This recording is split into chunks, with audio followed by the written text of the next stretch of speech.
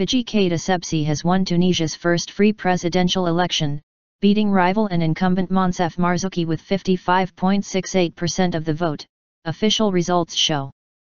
Marzouki secured 44.32% of the vote, Tunisia's High Electoral Commission said on Monday.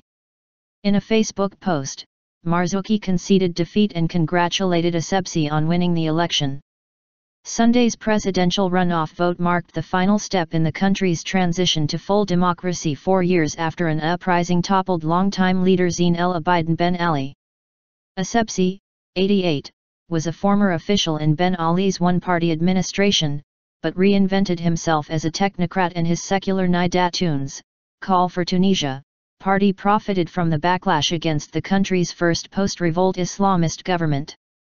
Earlier on Monday, police fired tear gas in the southern city of Hamma to disperse hundreds of youths who burned tires and blocked streets to demonstrate against Essebsi, who had declared he had won Sunday's presidential vote, residents said.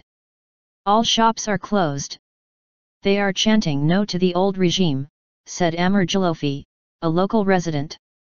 Soon after polls closed on Sunday night, Essebsi quickly announced that he had won by a clear margin, and jubilant supporters took to the streets of the capital in celebration, chanting Beji President. Voting was largely pronounced free and fair with a turnout rate of 60.11%, less than the nearly 70% in the previous round and legislative elections in October.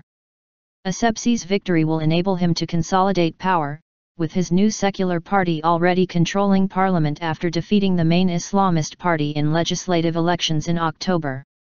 I dedicate my victory to the martyrs of Tunisia.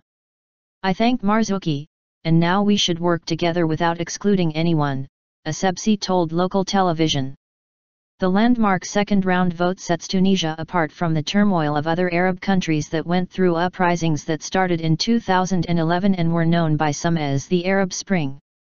The election was held amid tight security and the closure of main border posts with strife-torn neighbor Libya, and is considered Tunisia's first free presidential election since independence from France in 1956.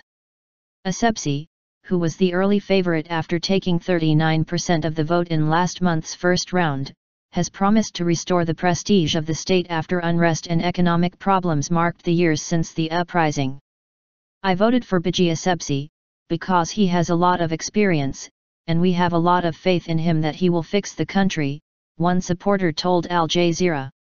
Marzouki, who took 33% of the vote last month, had warned that Essebsi, whose party also won October's parliamentary election, would bring back the authoritarian policies of previous regimes. Tunisia's moderate Islamists, who still have a great deal of backing in the country, did not officially back either candidate, but were believed to lean towards Marzouki.